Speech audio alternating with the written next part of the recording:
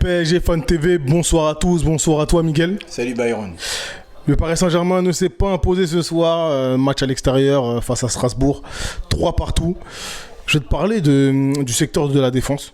Donc voilà, étant donné qu'on est un peu dans l'expérimentation, hein. Donc 3-4-3.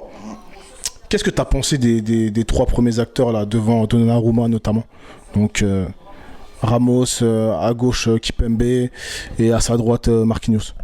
Ouais, en plus c'est bien qu'il ait remis à nouveau cette défense à 3 parce que le dernier match à l'extérieur, c'était la première fois qu'il testait à 3. C'était avec Ramos, Marquinhos et Kehrer.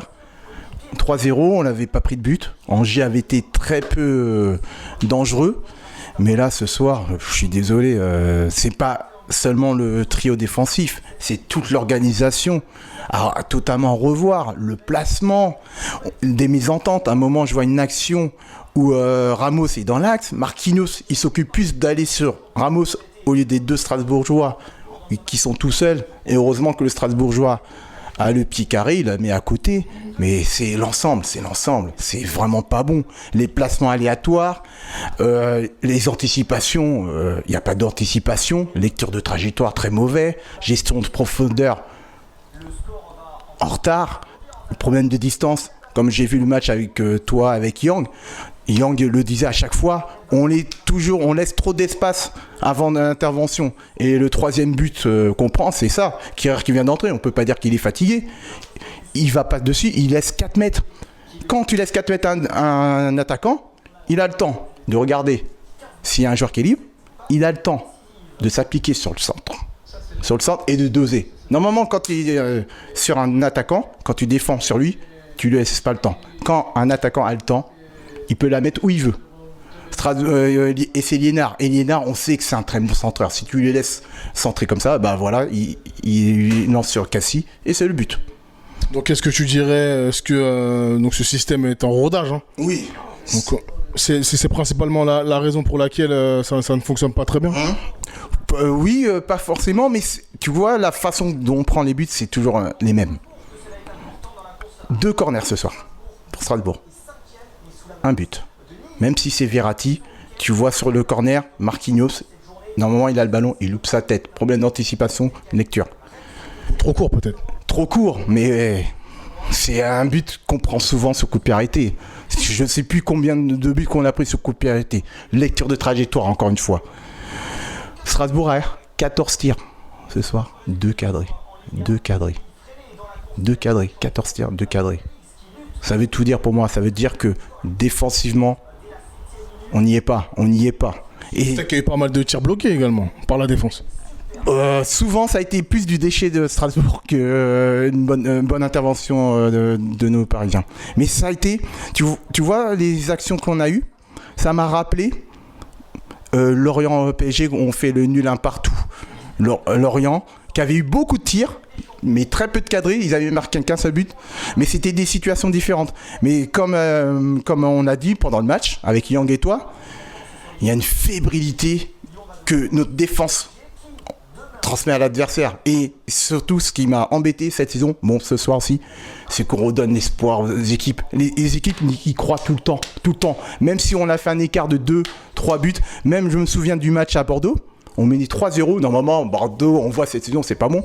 Ils reviennent 3-2 et je me souviens bien, Ebagnan a failli égaliser. Normalement, une équipe qui est censée maîtriser son match ne doit pas prendre autant de buts et aussi faire revenir l'adversaire.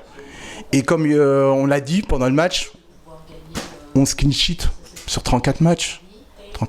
J'ai pas fait le lien entre le clean sheet à l'extérieur et à domicile, mais je pense que 75% c'est à l'extérieur. Et à l'extérieur, on est beaucoup trop friable.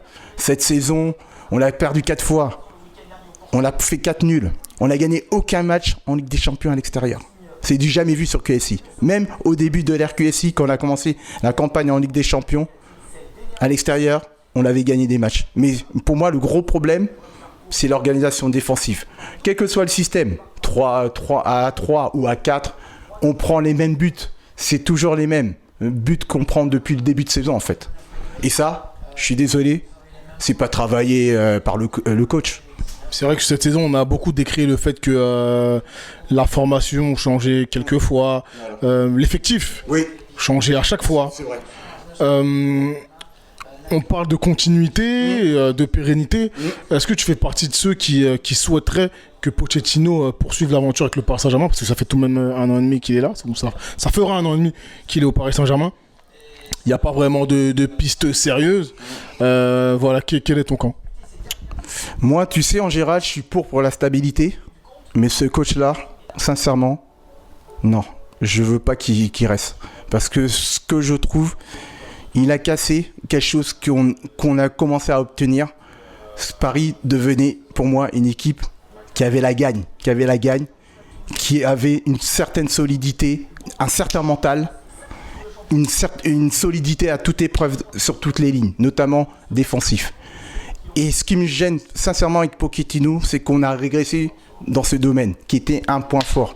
N'oubliez pas, même s'il y en a qui disent « Ouais, Final 8, tout ça », Paris avait la meilleure défense de la Ligue des Champions.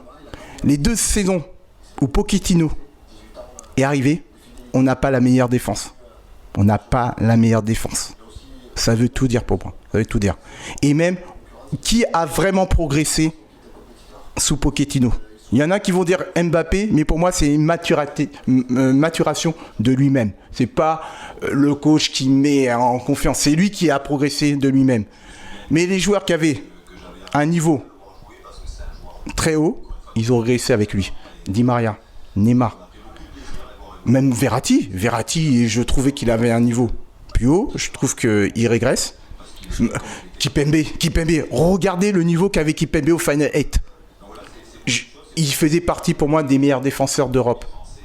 Et là, Kipembe, il est perdu. Marquinhos, je trouve que Marquinhos, s'il a baissé, c'est pas pour rien. Je trouve que les joueurs fondamentaux du club ont baissé de niveau sous lui. Normalement, il devait améliorer certains aspects qu'il devait corriger. Et je trouve Pochettino ne fait pas progresser le niveau individuel des joueurs et surtout collectif, mais surtout le lien. C'est ce qui me frappe chez Pochettino. Il n'y a pas de lien entre le milieu, l'attaque et la défense. Et surtout, ce qui me gêne vraiment chez Pochettino, c'est que j'ai l'impression qu'il découvre l'équipe, alors que ça fait 1 an et demi qu'il est là. J'ai l'impression, quand il change à chaque fois d'équipe, de système, il n'y a pas de fil conducteur. Et pour moi, normalement, un coach qui est là depuis 1 an et demi, il a une idée claire de comment il veut faire évoluer l'équipe. Merci à toi. Merci à toi. Bonne soirée à PGFA TV.